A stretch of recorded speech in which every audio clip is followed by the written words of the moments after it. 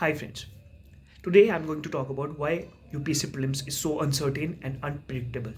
So here are 5 pointers. First and the foremost point is 10 to 15 questions come from ancient and medieval period. So ancient and medieval period people generally ignore.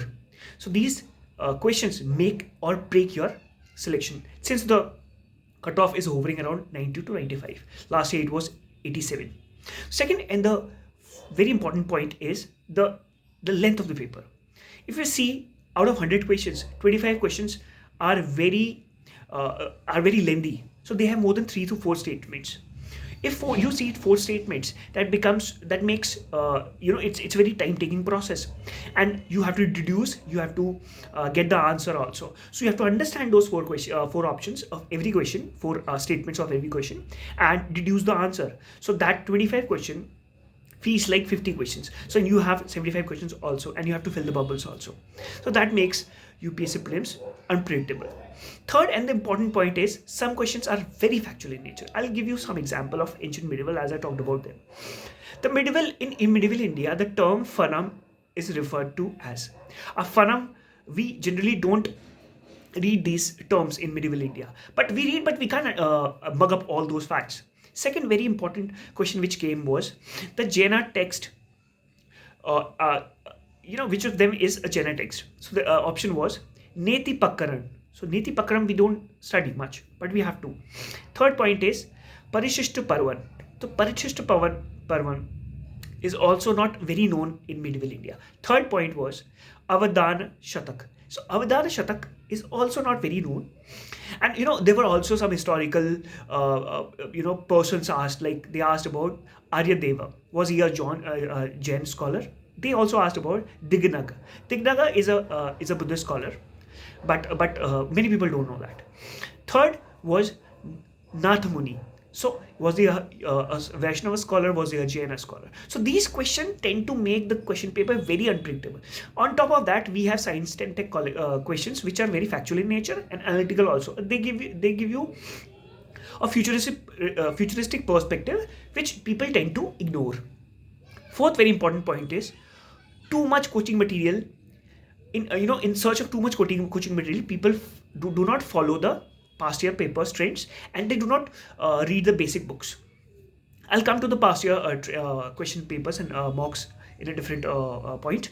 But here, too much coaching material is being taken up by students in from Rajendra Place and Karol Bagh, and these 3 4 months they forget to revise the basic books.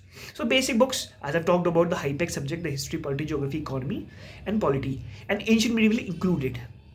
So these ancient medieval questions, if they come in 10 to 12 chunk, in this bigger chunk, then you can't ignore them. You have to study them from NCRTs, from South Indian, the Tamil Nadu NCRTs or CCRT websites. So you are not supposed to ignore all these things. Fifth very important point is people do not analyze UPSC past year papers. Rather they go for the mock tests. These are also very important, but UPSC trends, the UPSC trend is very important, especially the CDS, the CAPF AC, and the civil services paper. That those papers give you an idea about where UPSC is heading to.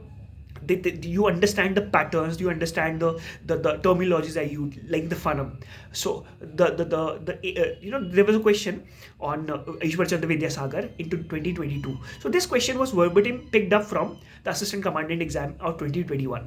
So UPSC plays with the options also, and UPSC changes those questions from assistant commandant paper of UPSC to CDS paper. The magnitude may differ in UPSC. They might ask a detailed format of that, but the thing is, by and large, the theme remains the same. So that you can understand it, you could read it from a prelims and mains perspective.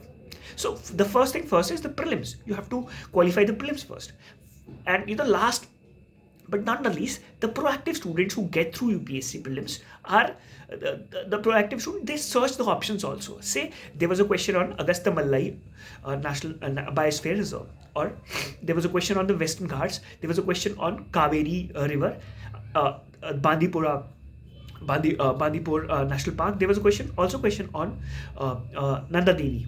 So these questions were oft repeated questions. If somebody, or for that matter, in 2022, they asked about the Namcha Barwa. So Namcha Barwa was asked in 2015 also, 2016 also. So if you go through the past year papers, you understand that where UPSC is heading to.